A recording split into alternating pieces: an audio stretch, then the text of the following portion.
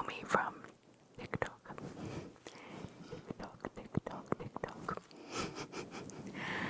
And you know that I post Christian content. So, here I am, and you're probably wondering why I'm making an ASMR video. So, here is my explanation for you. So, I have been listening to ASMR for about, I want to say like 2 years now, and it has helped me so much go to sleep. Sleep.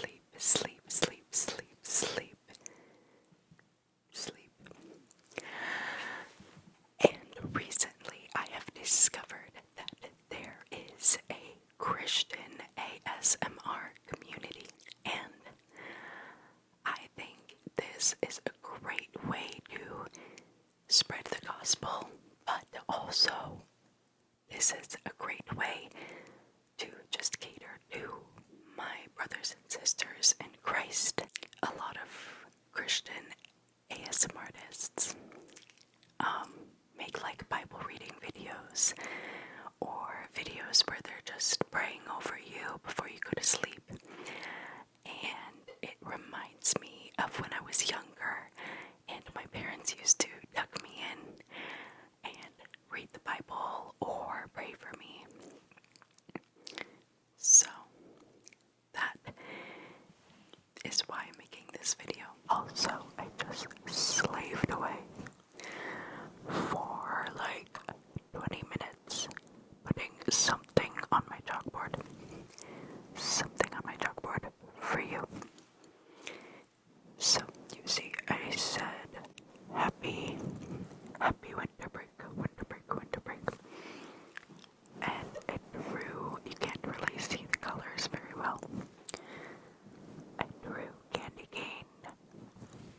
I'm gonna have to talk in this ear, so this ear is getting some special attention, but I drew Christmas trees, snowflakes, candy cane, and some lights. You see my little lights. So, I thought that this video would be fun for me to just kind of talk with you,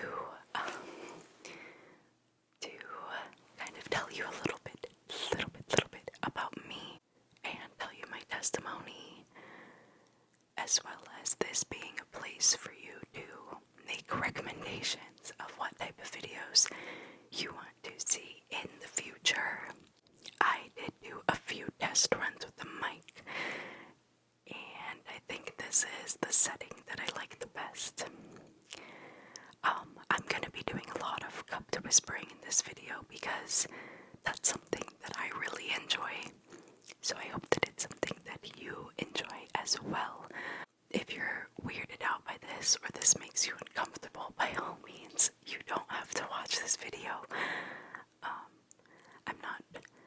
I'm just making this clarification ahead of time. This is just another way for me to try to spread the gospel. I'm not trying to be sexual in any way. I'm trying to be a friend to you and help you go to sleep. Yeah, I just want you to be able to go to sleep and go to sleep reminded of the truth of the gospel and reminded of how loved you are by Jesus Christ. And of course by me. So, I wanted to start off by just sharing my testimony with you, and it's wild, so it's a wild one. I always grew up a Christian and knowing Jesus. And when I was younger, I used to prophesy.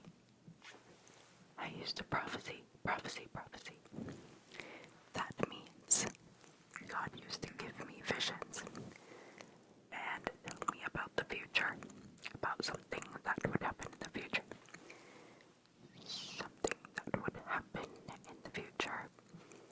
Also, side note, that I broke a nail. It's fine. I'm like phasing out of getting my next gen done because I really miss playing music. So I need my nails short, and I don't feel like getting them done when they're short. So I'm sure in the next couple of videos you're going to see more and more nails falling off. So I used to prophecy as a kid, and I used to hear God's voice verbally, like I would hear it in the air, and it was just the craziest thing. So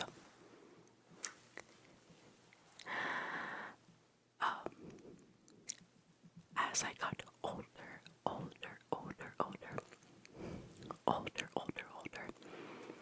I went to an art school for middle and high school. And I was a vocal major. I did singing.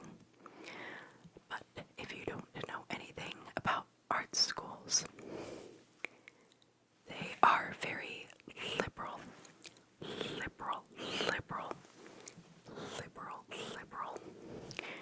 And I'm not even referencing politics. I'm just referencing how people are there. They just don't really like Christians that much. So I was hiding my faith.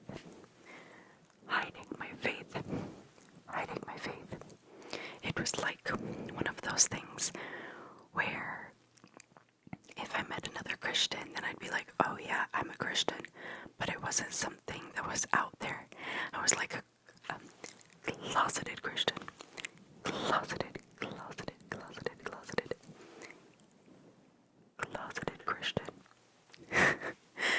But for real, I was. And in those times, because I was hiding it, I wasn't actually talking to God at all. And so, fast forward to my sophomore year of high school, I grew up really hating my body. That was always a big struggle for me, was my weight and my appearance. And of course, getting into high school, going through puberty did not help.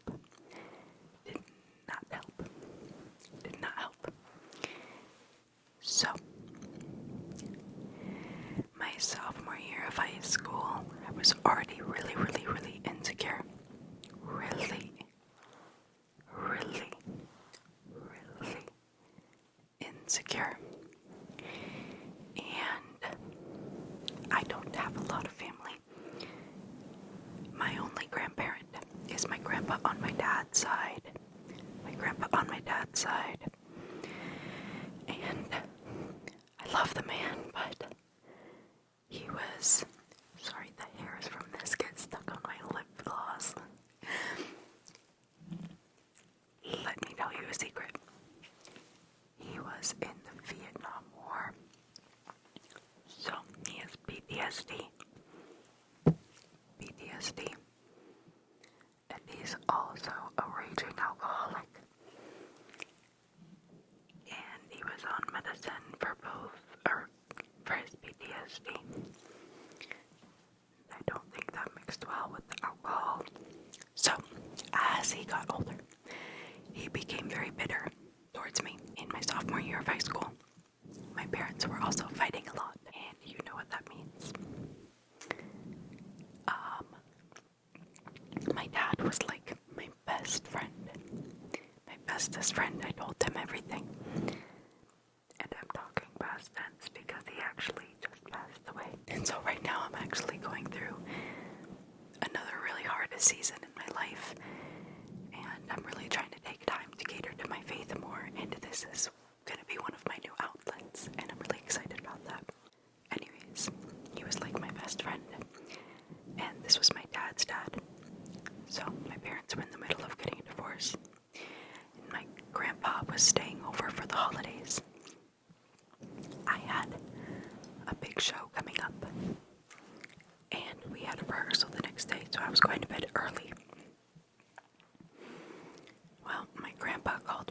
stairs, and I literally had just laid down, lay down to go to sleep.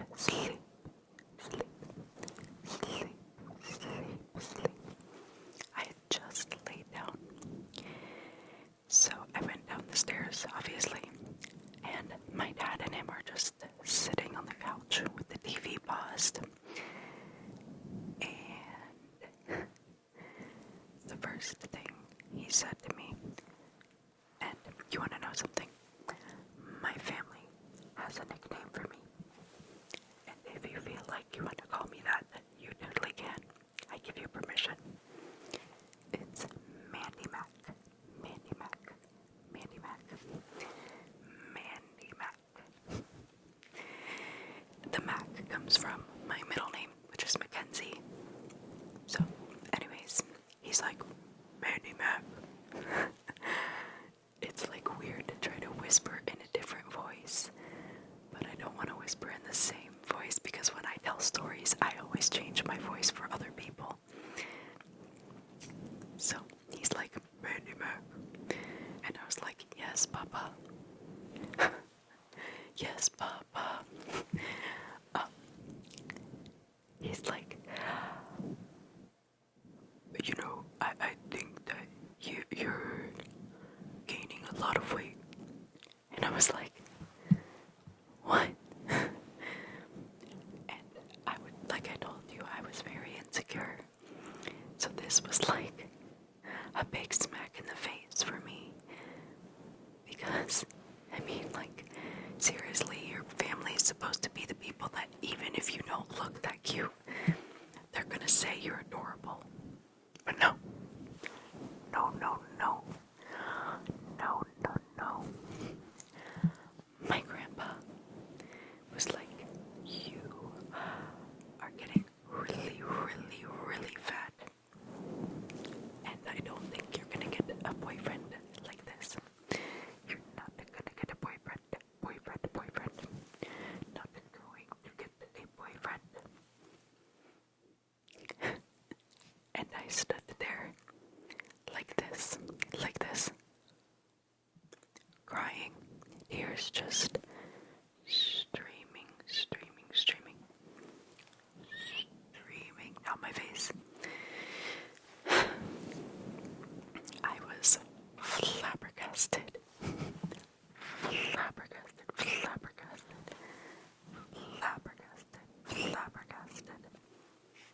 I didn't even know what to say. And my dad just sat there agreeing silently. And that was probably what hurt the most. Because I was not expecting that. So my grandpa proceeded to tell me that he would pay me to lose weight. And he said he would pay me $10 per pound I lose. $10. So I went on a very extreme diet and I worked out every day. And from there, that diet became less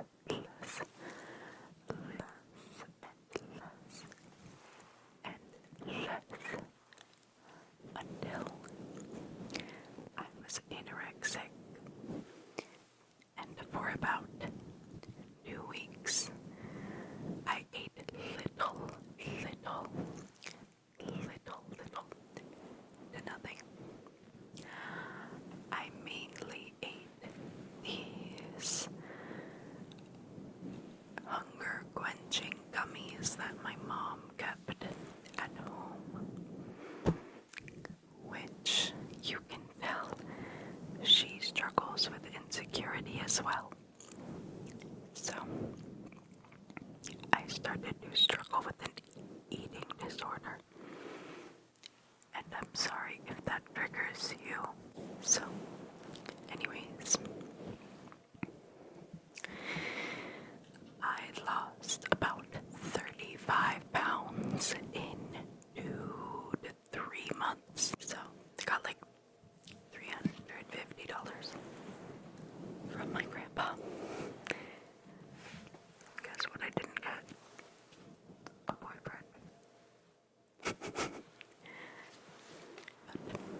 you're probably wondering, where does God get involved? It's coming. So remember, my parents are getting divorced. That was a really hard time for me because when your parents are getting divorced, you question yourself a lot.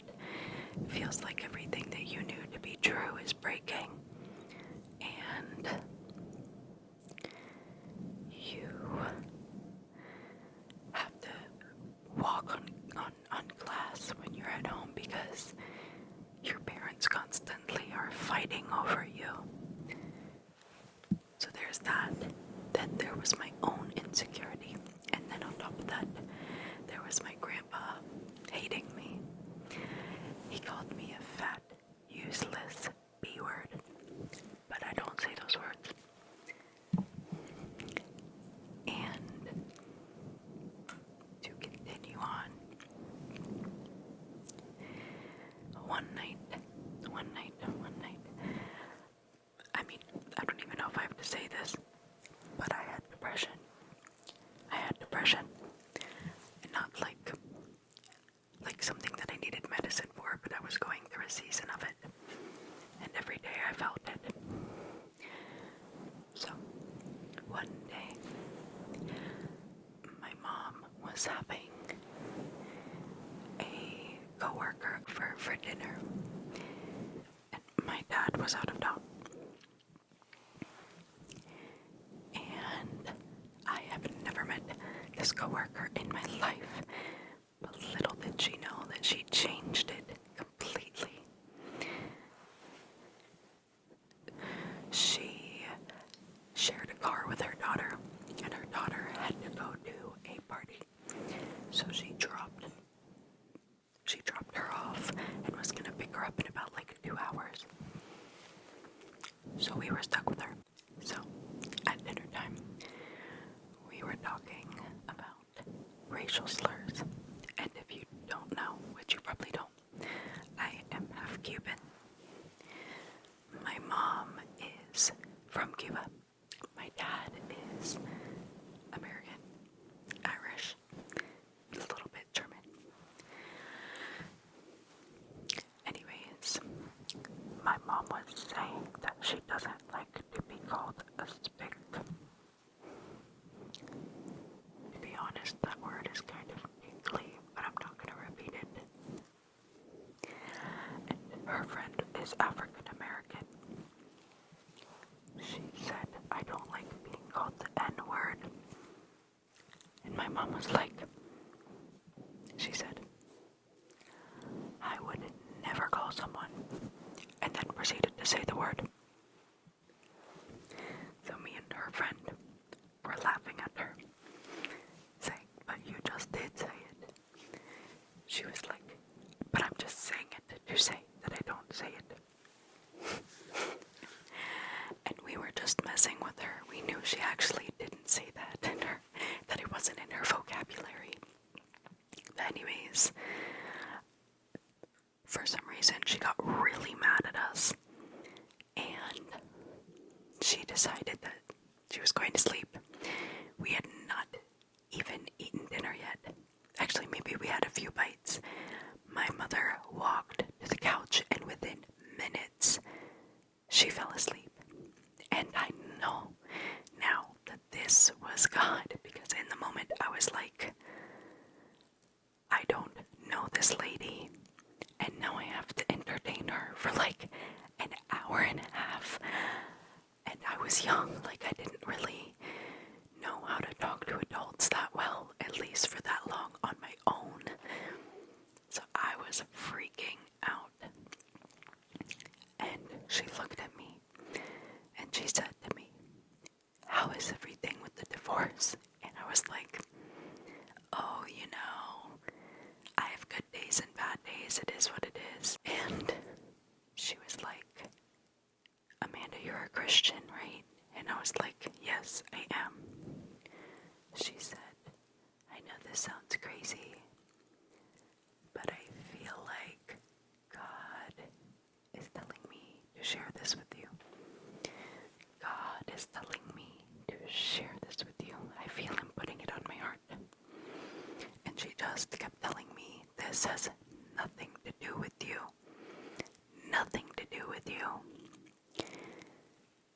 this is not your fault. Not your fault. And she was saying all of these other things and telling me how much she related to my story. And that hour and a half went like this.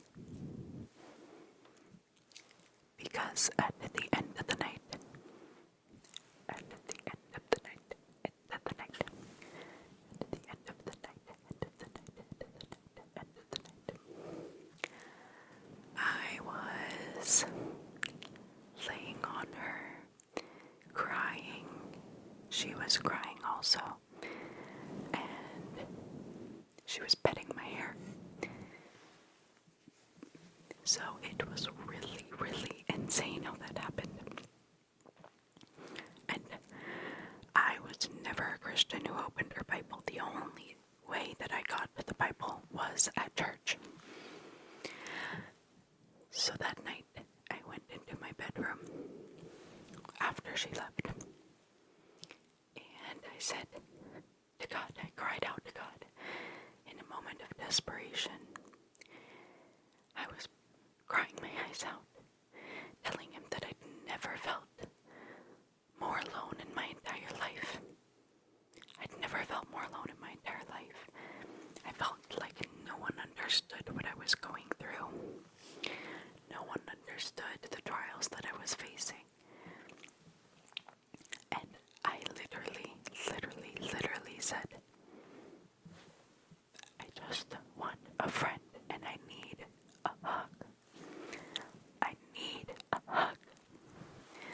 And I've never felt that desperate for a hug in my entire life. I'm a very huggy person. And when I tell you that I felt the arms of Jesus wrap around me, I felt it. It was a warm embrace. Warm embrace. Warm embrace. And suddenly,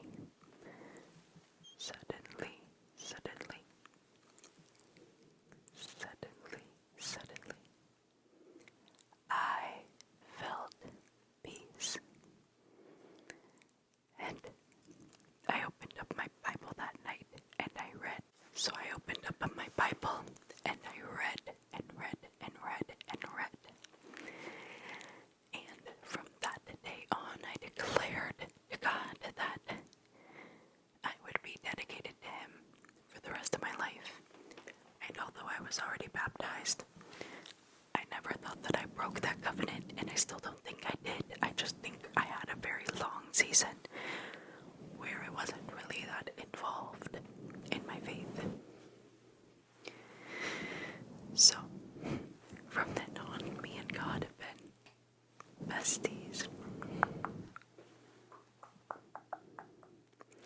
And yeah, so that is a big part of my testimony that I say to people when they ask me what my testimony is. But I wanted to talk a little bit about my struggle in the current moment. And in the next few videos, I'm going to be sharing a little bit of what I'm doing and what I'm learning in these moments. And I'll share some tonight too. So, as I told you earlier, my dad passed away in July. He died from COVID and pneumonia. And that was really hard for me. My dad was my best friend. And we were in kind of a little bit of a fight. When he passed away, we were getting over it, and we had talked about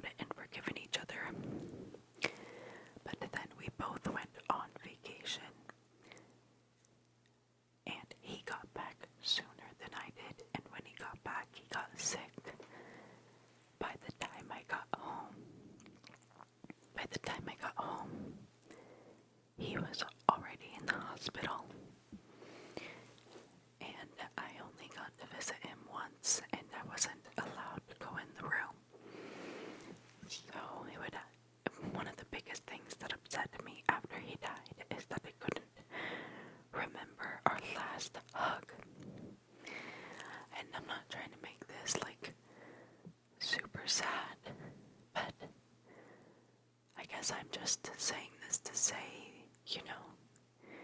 these little petty arguments aren't worth not talking over. And, just try to appreciate your parents as much as you can. Trust me, I know how frustrating they can be, but they mean the best and they love you so much. And I know when you get older, you start to realize your parents are human and they make lots of mistakes just like you. But that doesn't make them any less worthy of your love or forgiveness. So anyways, yeah, he passed away, and that was a really hard reality to live with, because those are moments where you kind of wonder where God is and why he would do that to you. But what I've realized is that sometimes it's not about you. God knows that you can handle it. But I don't know how much my dad was struggling.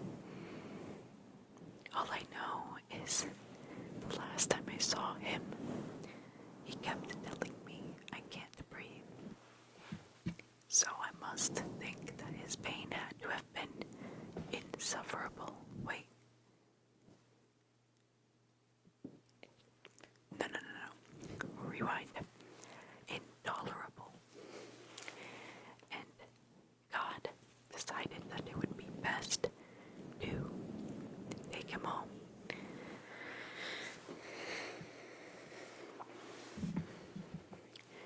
Now, in the time after that, it has been really hard for me because he died right before I started college again. And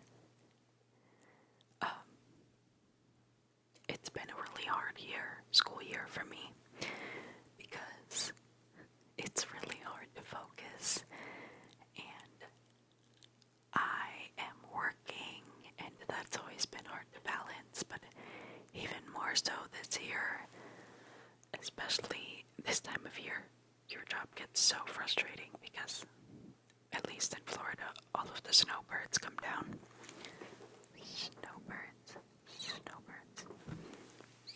Snowbirds. And they usually don't have the best attitude and usually have a lot of complaints. So that does not make me very happy. So it's just been really tough.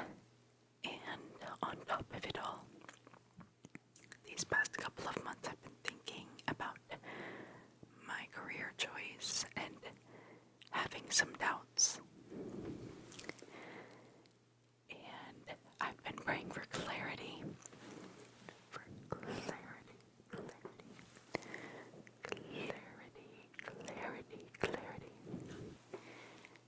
And God has revealed to me that this is not what he wants me to do anymore. And I'm confused a little bit. But I have been an education major, and now I'm feeling like I don't want to do college anymore. I really want to pursue social media, and I'm also starting a small business of painting Bibles, which I don't have time to really do, but now I get to because I just finished my semester, so I will have plenty of time, especially considering that I'm taking the spring off. This is making me tired, so I hope you're getting sleepy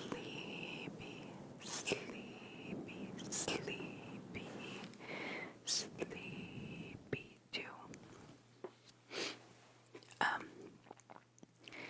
So yeah, I have a lot of things that I want to pursue, and your support would mean the world to me. I was debating whether I was going to say the most, or the world. So,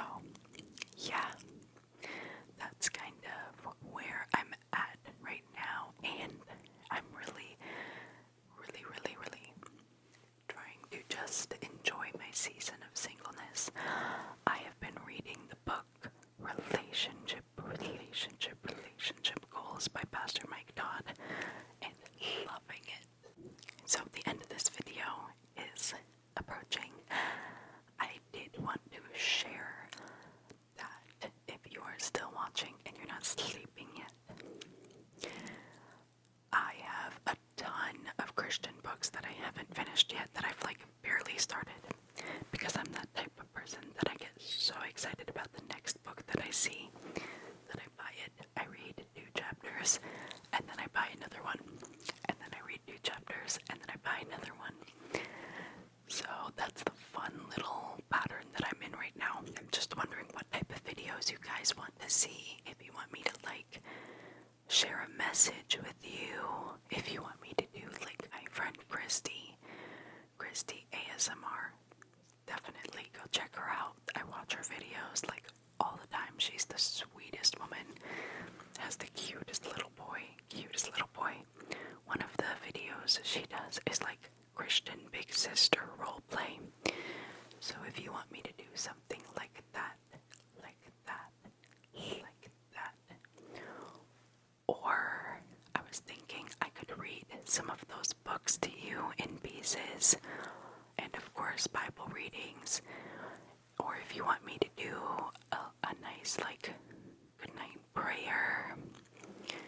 But if you want me to do that, I need like a subject and not something like too specific, but just like for anxiety or something like that, or just like topic videos in general. But yeah, or what might even be fun is for me to do one of me painting a Bible, maybe. I don't know. I have like so many ideas in my head for things that I want to do for you. If you want me to do more cupped whispering, let me know. I could do a video just of cupped whispering. But yeah, thank you guys so much for watching my video if you've watched it. I hope you have a wonderful, and blessed night. And if you feel so inclined to do so and help support me, you can subscribe and like this video. And again, leave comments of what you want to see